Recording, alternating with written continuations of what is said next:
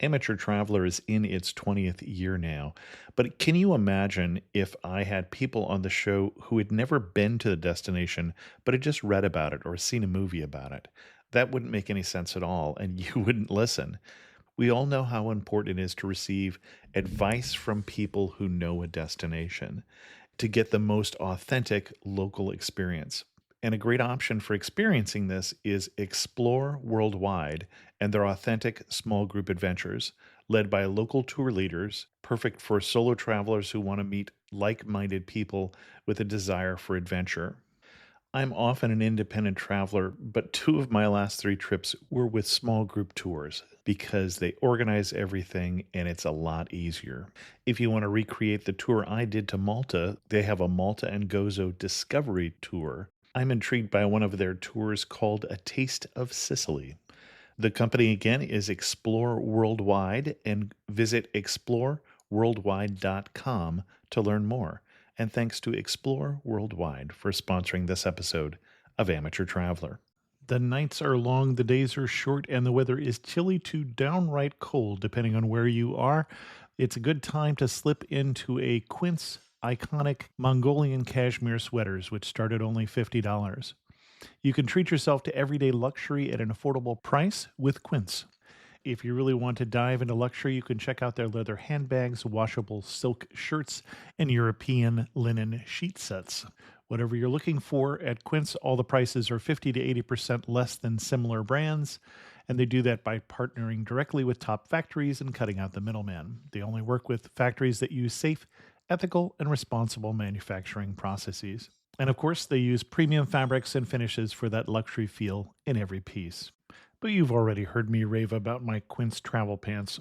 Treat yourself this winter without the luxury price tag. Go to quince.com/traveler for 365-day returns plus free shipping on your order. That's QUINCE.com/traveler to get free shipping and 365-day returns.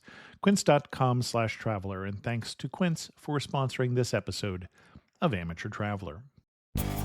Got my bags packed, I'm on a roll. I'm heading out there and I'm ready to go. I'm looking real good in my passport photo. Oh, no. Amateur Traveler, episode 561.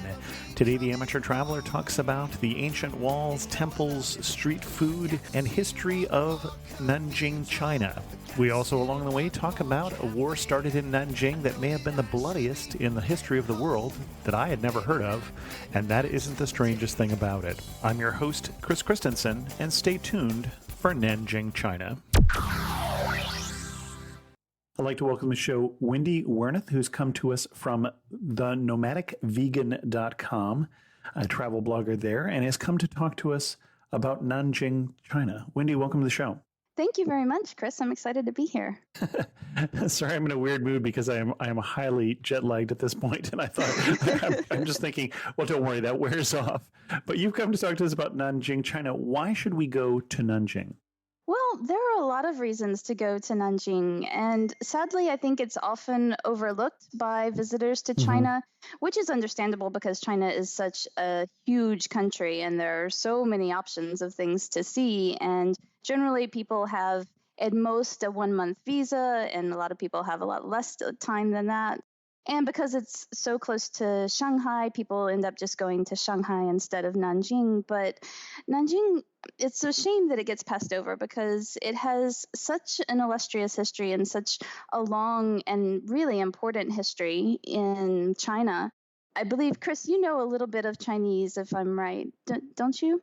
An increasingly small amount of Chinese. Oh, that's exactly how I feel about my Chinese. I used to be very, very diligent about studying Chinese every day and made progress really quickly for a few years. And then the past couple of years, I just haven't made the time to do that regular study. And I find that it really slips away from me. It's scary how much I've forgotten.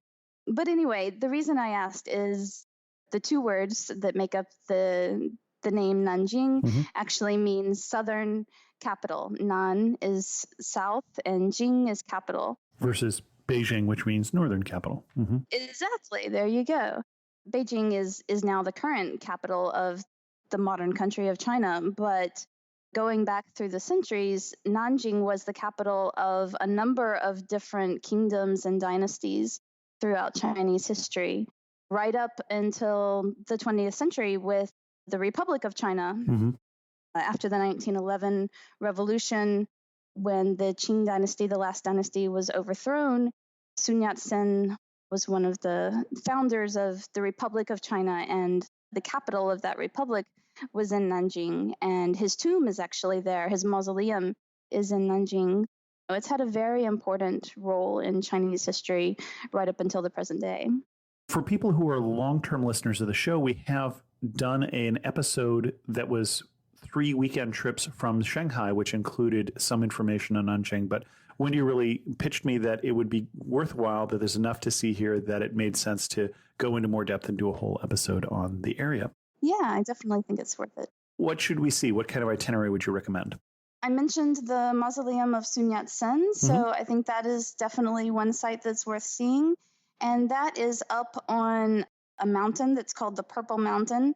It's called that because sometimes you have beautiful sunsets where there are purple clouds over this forested mountain.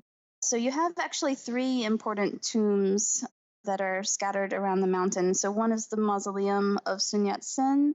There's also the tomb of the very first emperor of the Ming dynasty. So we're talking about the 14th century there. And then there's one that's even older, which is the tomb of Sun Quan, who was a ruler during the Three Kingdoms period. So that's going all the way back to the 3rd century AD. And that's a beautiful area just to get away from the smog and the traffic and the hustle and bustle of the big city, because Nanjing is a city of, I think, about 5 million people. Whereas if you go up to the Purple Mountain, then you can kind of get away from all of that and enjoy a bit of nature, but still being within easy access of the city.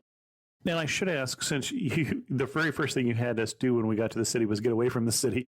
Oh, sorry. And you mentioned the smog and the traffic and those sort of things. Those of us who've been to Beijing or have heard about Beijing, it is very well known for its poor air quality and things like that. How is Nanjing compared to that? Nanjing is definitely better than Beijing, Okay. I would say. Yeah. And you, just like in Beijing, you have good days and bad days. Sure. Well, for one thing, it's on the coast, which we didn't say, I guess. Right. Yeah, that's true. It is really hot and humid. That's probably the issue more than the pollution per se. Got it. The pollution definitely didn't bother me there in Nanjing as much as it did in Beijing, but it does get really hot and muggy, perhaps more for that reason that you might want to get out into fresher air. And what time of year were you there, and would you recommend that time of year? I've been there twice now, and both times were in July. And no, I probably would not recommend Okay. going in July. The reason I was there at that particular time was because I was on a study tour. At the time, I was actually working for the UN, for the United Nations, and I was in their Chinese language study program. And so they had every year, every summer, they offer this study abroad opportunity in Nanjing for 3 weeks. So I had the chance to do that on 2 different occasions, but it's always at the same time of year. So that's why I was there in July. Because I've only been there at that time, I'm not sure exactly what it's like at other times of the year, but I think you'd probably be better off going in the spring or the autumn. Okay. Excellent. Well, where to next? Another thing that I definitely would recommend is the city walls. They are really impressive. They were built by the emperor that I mentioned, who was the first emperor of the Ming dynasty. So again, the walls date from the 14th century AD, and they completely enclose the city. So at the time that they were built, they were the largest city walls in the world. And Oh, wow. they're still intact, completely intact. I mean, you have a few additional gates that have been Sure. cut into the walls, to allow the traffic to move a bit more freely. But they're completely intact, and they enclose an area of about 55 square kilometers. They're absolutely huge and really impressive. And that is another way to kind of get out of the city or be in the city, but be above it and looking down on it, because you can walk along many sections of the wall. And so you just get a different perspective when you're not caught up in the traffic and everything, and you can kind of enjoy it from a vantage point higher up. And I'm picturing walls that are wide enough that many people can walk up there or even bike. Yes, yes. I don't know if they allow bicycles. Okay. I'm not sure. I'm just thinking of the walls in Xi'an in eastern China where you can bike on them. So yes. that was entirely me making that up. So I'm trying to remember. I don't know if I can recall seeing people biking or not, Okay. but it's entirely possible. But yes, you could definitely have, I don't know, maybe 10 people side to side, okay. across the length of the wall. So the width of the wall, rather. Yeah, they're quite large. Excellent. Because they are so large, is there a particular place you would recommend we start or stop a tour of the walls? Because doing the whole thing is going to take quite a while. It would, yes. And I don't believe that it's possible to actually walk the entire circumference because there are areas that are being renovated, and I'm not sure that the entire length of the wall is open to walk on.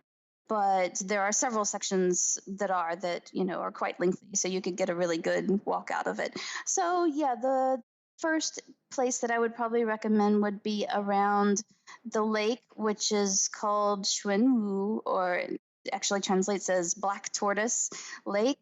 And that's a beautiful area in its own right. There are a few different islands in the lake that are connected by a bridge, and it's quite a large lake that you could also spend several hours, I think, just walking the circumference of that.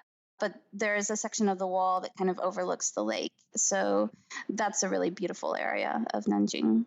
In answer to the previous question, I've been doing some Googling, and apparently near the Zhonghua Gate, and for those of you who aren't familiar with Chinese and the English writing of it or pinyin, Zhong is ZHONGHUA. Then I'll put links to that in the show notes. But apparently near that area, you can rent bicycles and bike on the walls. Oh, that's really cool. That's good to know. I'm not very good at cycling. I never really learned properly to ride a bike when I was a kid. I mean, I can ride it now, but with difficulty, and I get really nervous in traffic. So there's no way that I would ever attempt to ride a bike in the streets of Nanjing. But if I could take one up to the top of the walls, then that could be really cool, actually. Thanks for letting me know about that. Well, Maybe for I'll your try next it trip. time. So, yeah. And let us know, and leave a comment here. Anybody who's done it, including Wendy, if you get a chance to do it next time, leave a comment on this episode and tell us about the experience. Excellent. So you talked about the lake. Where should we go next? Going back to the relatively recent modern history of China in the 19th century, there was an episode that I don't think I knew anything about until I went to Nanjing the first time, and that was the Taiping Rebellion. I don't know if you're familiar with that at all. A little bit. Yeah. Nanjing was the capital of the Heavenly Kingdom of Peace, which is roughly the translation of the Taiping Kingdom. And there is a history museum that recounts the history of this period in Chinese history. Just to go into it briefly and explain what it is, it was a rebellion or an uprising, which basically turned into a civil war that was led by a farmer named Hong Xiuquan, who believed that he was the brother of Jesus Christ. And more oddly, other people believed that too, I would guess. They did, yes, yes. Otherwise, it would have been over really quickly. Okay. No, he started a movement which was called the God Worshipping Society. And remember, I mean, Christianity was not widespread at all in China, so this was kind of all the more strange that he would have thought that he was the brother of Jesus Christ and not the brother of Buddha or some Taoist figure or something like that. It was a religious but also a political uprising against the Qing dynasty. He and his followers ended up controlling a really large area in southern China that was about the same size of France, just to give you an idea.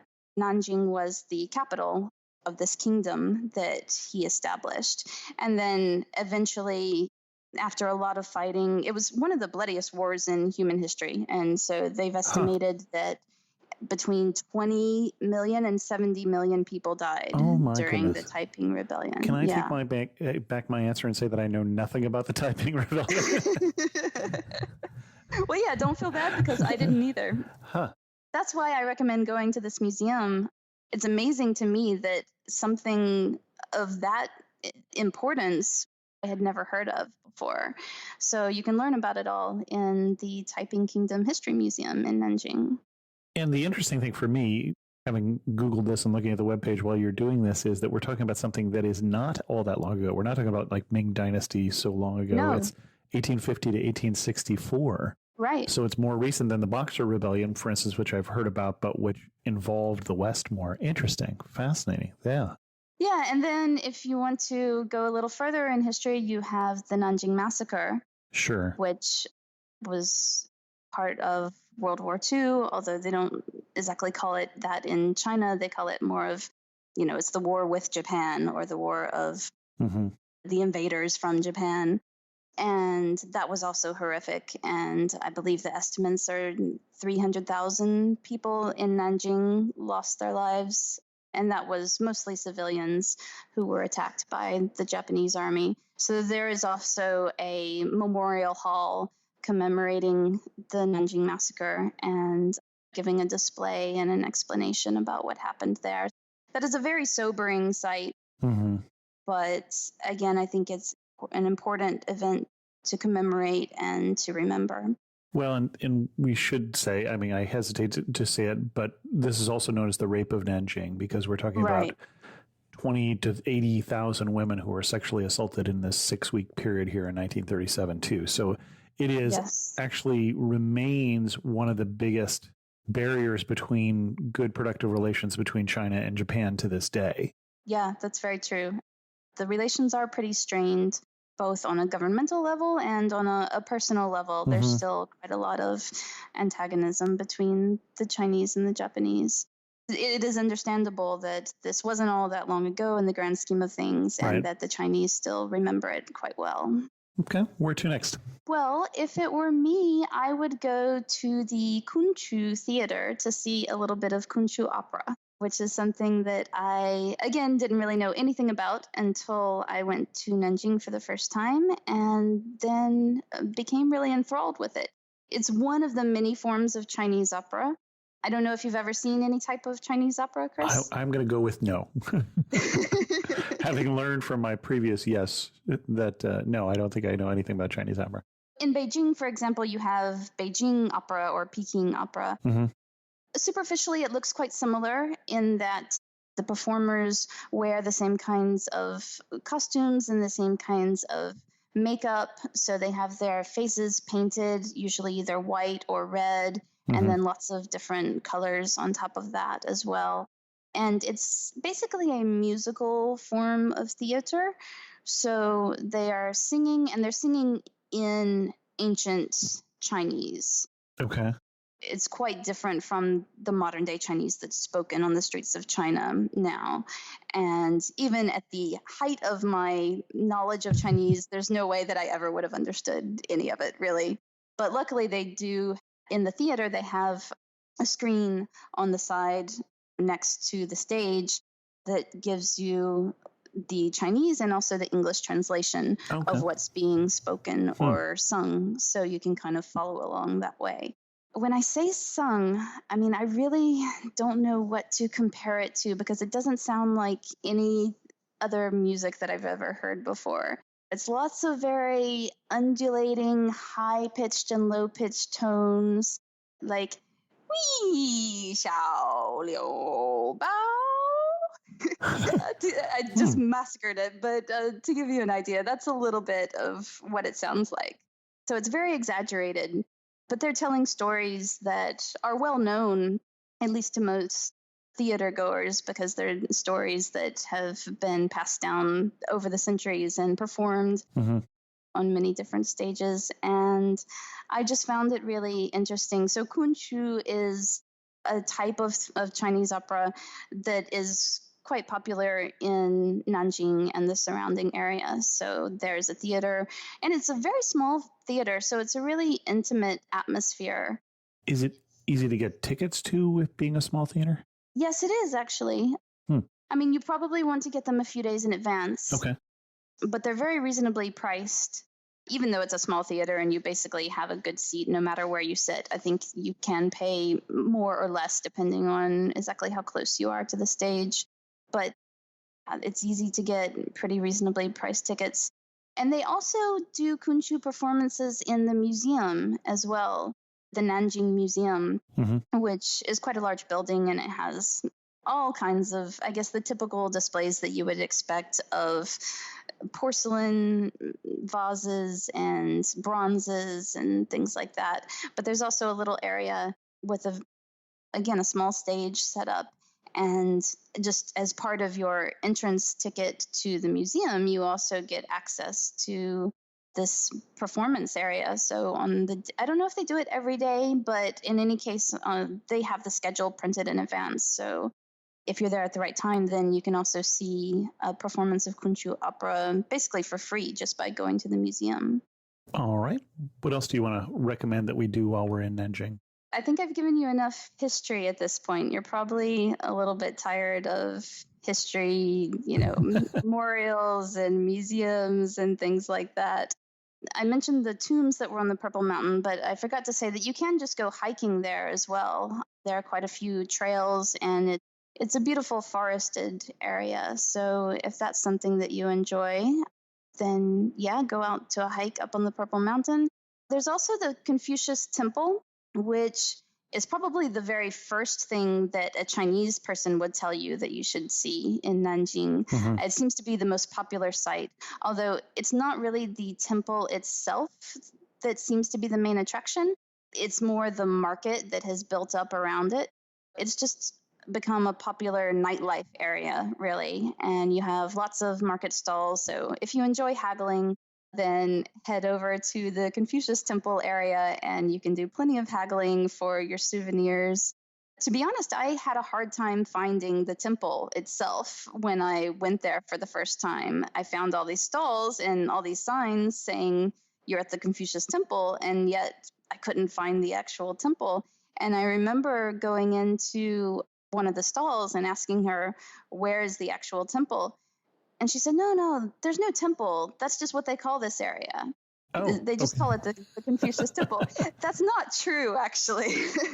I did eventually discover the temple, and it does exist, but that gives you an indication of why most Chinese tourists go there. They don't go there to see the temple. They go there to do shopping or to just, enjoy the nightlife. There's lots of little night market food stalls around there as well, so you can grab some local snacks to eat. It's right on a river, and there are some little gondola boat rides that you can do along the river from there as well.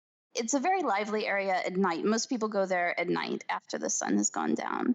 And if you want to experience Chinese tourism the way that Chinese tourists do it, then I think the Confucius Temple is probably a good place to do that. Excellent. Now, one thing that occurs to me when you say it's right on a river is that we've failed to properly, I think, put Nanjing on a map. And of course, I also put it on the coast. I was only off by about 100 miles, but it's sort of on the coast because it is on the Yangtze River, which is navigable, I believe, all the way up into Nanjing. In Nanjing, they call it by another name. They call it the Qinhuai River. And I'm not sure if that is like a tributary, an offshoot of the Yangtze, or is it, if it's, I believe it's still the Yangtze. It's just that it goes by a different name and it's a bit smaller at that point. But I would need to double check that. But it's near Shanghai, and I'm terrible with geography, so correct me if I'm wrong. But yeah, so it's west of Shanghai, so a bit inland, as you said. Right. Yeah. For me, living on the West Coast, anything that moves away from the water is east. But you're right. It is west of Shanghai. And so that's one of the reasons I mentioned that we talked about it on a show talking about 3 different places you could go on a weekend from Shanghai. Of course, the converse is also true, that it'd be fairly easy to combine Nanjing with Shanghai or with Suzhou, which is in the area, or with Hangzhou, or some of those other places that are in the area as well. Yeah. I was going to mention Suzhou. That is also very nearby. That and is quite a popular. and gorgeous, I think. It is, yeah. One of those many places that is said to be the Venice of wherever, Right. So the Venice of China, I guess, because of the canals and Mhm. and things like that and bridges. But yeah, it is a beautiful area. Well, and the other thing that you'll find in Suzhou is there are a number of different gardens that are Right. part of a larger UNESCO World Heritage Site within Suzhou. And I think I've only been to one, which is the Garden of the Master of the Nets. But there are all these small gardens that are indicative of the style that were popular in ancient China Hmm. and are very interesting. I think if anybody who has ever enjoyed a Chinese style garden any place, I think Suzhou would be a good place to go to. And all of these are connected by high-speed train too, so it wouldn't be very difficult to get from one to the other. Yes, that's very true. The train network in China is very impressive. Mm-hmm. They aren't always that cheap, but for what you're getting, because they really are high speed, so Yeah, you're right. covering a large distance in a very short amount of time. And that goes not just for the nearby areas like Suzhou and Shanghai, but you can also get to Beijing in just a few hours. Right. It's really made what is such a large country, it's made it much more easier to get around now that they have the high speed train network. Absolutely. Okay. Anything else we want to do while we're in Nanjing? We just briefly went out of town for a little while there. How about particular festivals that you saw while you were there? I don't think that I caught any festivals while I was there. Okay. Yeah, I was looking and it looked like a number of them were in like January and March. So I wasn't sure if there were other ones. Okay. Yeah, again, that's going to depend on the time of year that you go, but that's something that is definitely worth looking into in advance and perhaps considering timing Right. Mm-hmm. your trip to coincide with a festival, because yeah, those kinds of things can be a really great experience. How about food? Any recommendations for things to eat or places to eat in Nanjing? Yeah, there's a lot of great street food. Mhm. I mentioned that before, when you're walking around the Confucian Temple area. And what's your favorite street food in Nanjing? I'm going to go with dou sha bao. Okay, so buns. Yeah, exactly. So baozi are steamed buns, and you'll see them pretty much on every street corner. I mean, Mhm. that's probably an exaggeration, but they're a very common sight, and you can always recognize them by the round bamboo steaming Steamer, I would say, but steamer. yeah, Yes. they basically, and if you've been to a lot of different Chinese restaurants, you will see that they steam things in these bamboo containers. And I don't know what the right term would be for it. It's not a pot exactly either. Okay. No. Yeah, but that's usually indicative of something that's typically a steamed bun. I think there's some other things that get steamed there, but yeah. Yeah, you could steam dumplings as well, like Sure, yep. jiaozi, which are the much smaller Mm-hmm. dumplings, Good point. whereas these are larger. So it's more of a bread on the outside, whereas jiaozi are just, kind of a paper thin Mhm. wrapper. But this is more of a bread bun on the outside, and then it will have some kind of filling on the inside. So the one that I mentioned in particular, the dou sha bao, is a sweet one, and it's filled with a red bean paste, or it's actually adzuki beans. When I say red beans in English, you probably think of kidney beans, or at least that's what I think of. But the beans that are called red beans in China are what in English we would call adzuki beans. And then they add sugar with that and mix it into a kind of paste. So it's popular for breakfast. And there was a baozi vendor very close to the university where I was studying when I was there. And so that became my regular breakfast, was to get a couple of baozi dou sha bao buns from that guy. So I have fond memories of that. Okay. And anything else we want to cover in the city in terms of connecting? If somebody is coming in as a visitor, what's the best way to connect with locals? I had some really wonderful connections that I made with locals. Generally, they were chance encounters, but actually, the first time was something that I did online, because I was specifically looking for someone that It could be a kind of conversation partner for me. I Sure. was going to there to study the language, and I wanted to not just study in the classroom, but also be able to practice, in real life with real Chinese people. And I'd have to look back and see if I can find the URL of the website that I used, but it was actually a place for tour guides to offer their services to people, to visitors who are Oh, coming to the okay. city. And so I connected with a girl through that site. Her name was Jie. And she was, yeah, offering her services as a tour guide. She wasn't an official tour guide, Hmm. but she was a local of the city. And she was saying, I've lived here for a number of years and I'd be more than happy to show you around, take you to the famous sites. I can take you on the back of my motorbike and, we can see the city that way. And so I contacted her and explained, well, I would love to see the city with you, but really more than anything, I'd just like to talk to you. And so we arranged a meeting and we met for the first time. And then we became great friends.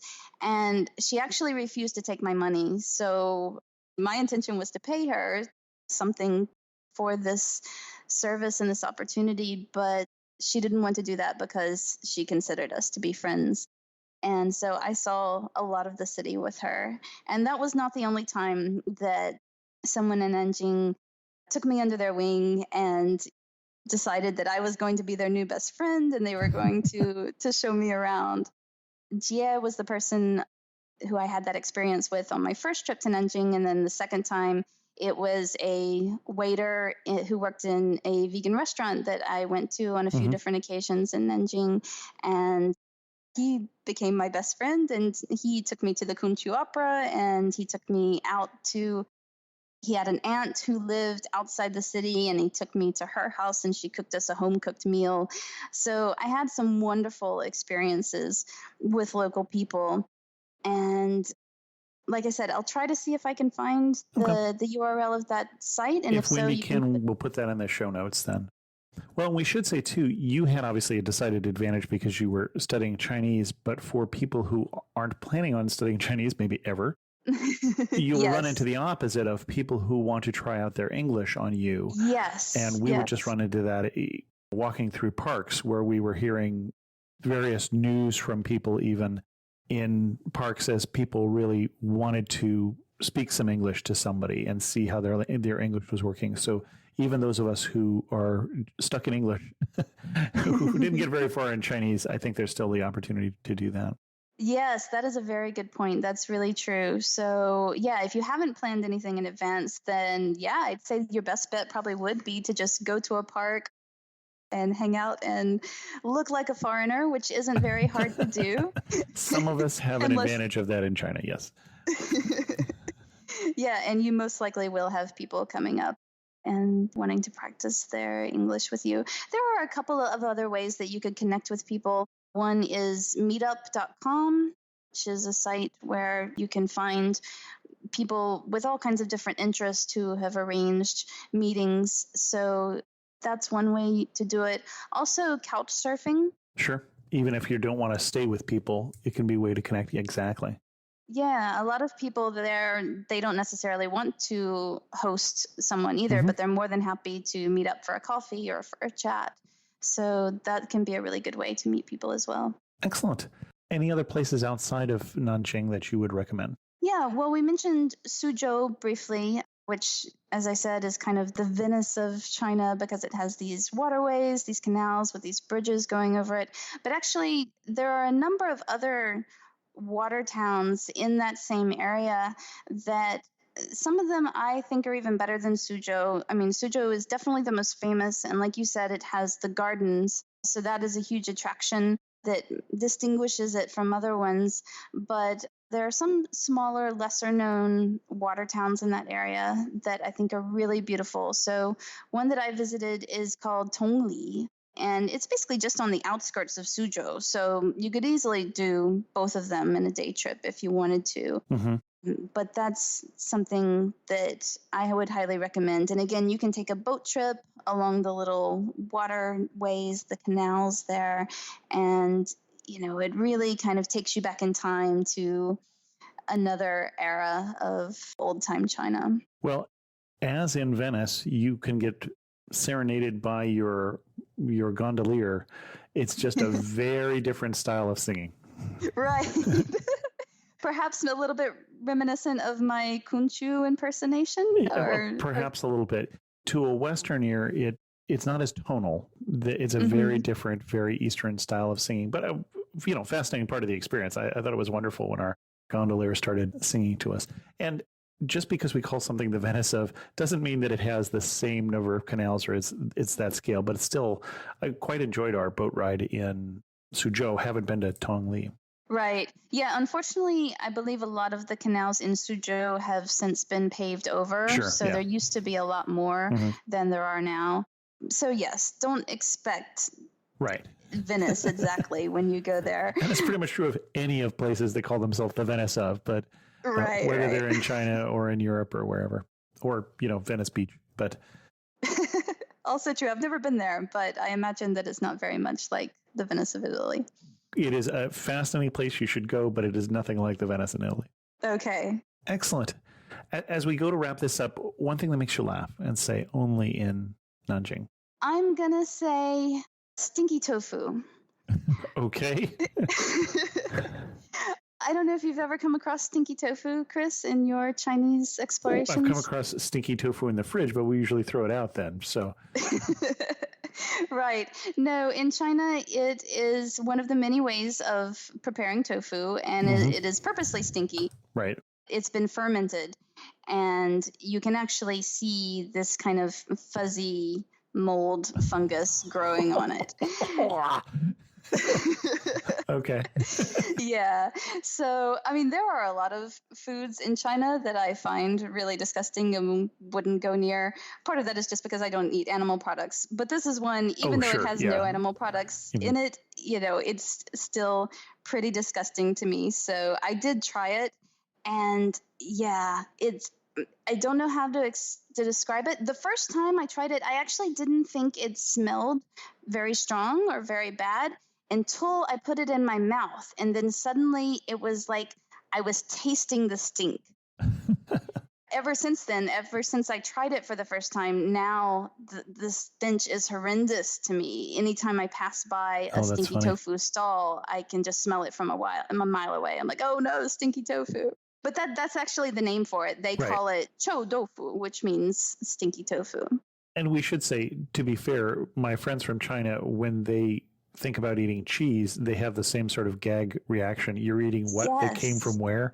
And because they don't grow up with it. And so I know numerous friends who grew up in China who you take them to a pizza place and they're getting something without cheese because that is just disgusting to them. So it all depends on what you ate when you were a kid and what you're used to. So absolutely, that's very true. Prettiest spot in Nanjing. Where are you standing? What are you looking at?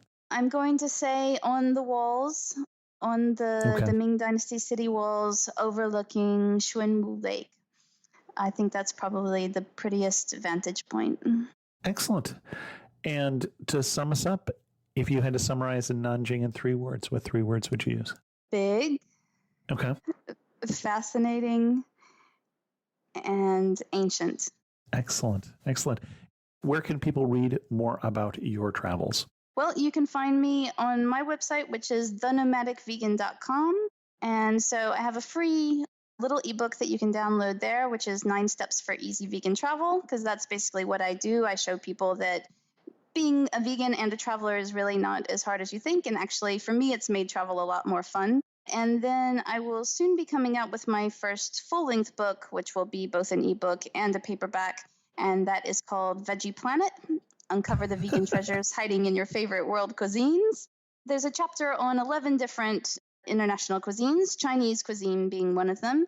And so I basically highlight the many naturally vegan dishes that are part of these cuisines and show just how vegan-friendly they really are. So the official release of Veggie Planet is on July 21st, but it will go on pre-order roughly about a month before that on Amazon.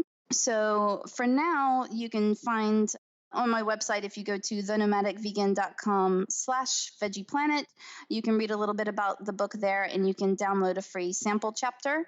And then Starting, I'd say mid-June or June 20th or so, it'll be available for pre-order on Amazon. And there will also be some exclusive bonuses. So if you order during the pre-order period before the official release, then you can get access to those bonuses for free as well. Okay, excellent. And if people wondered why Wendy was recommending the red bean bao, rather than the pork buns, that would explain it. So that does explain it, yeah. I assume there is information in the book about baozi, about the rolls and those sort of things as well.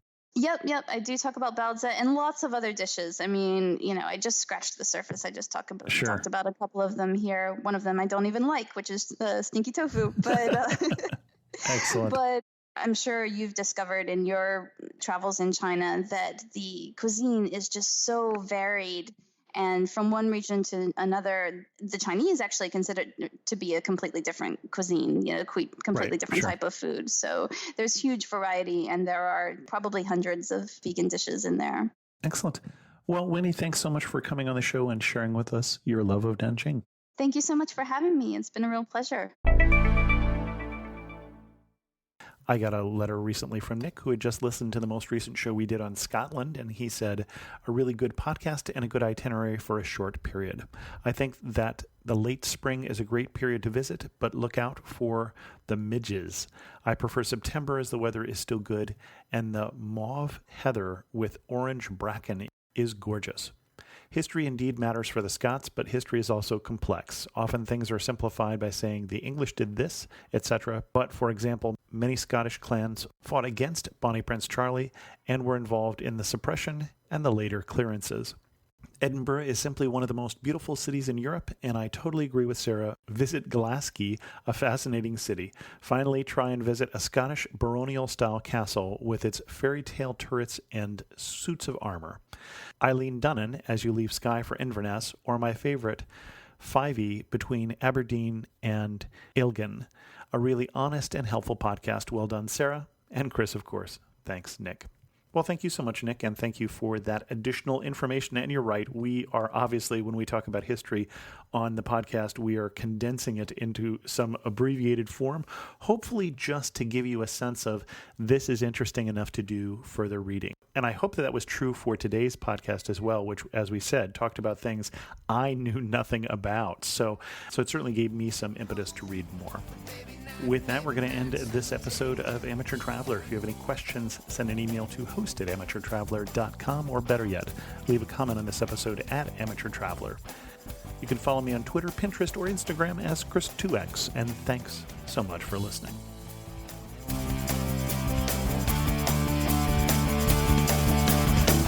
got to see one more cathedral. I got to sit in one more cafe.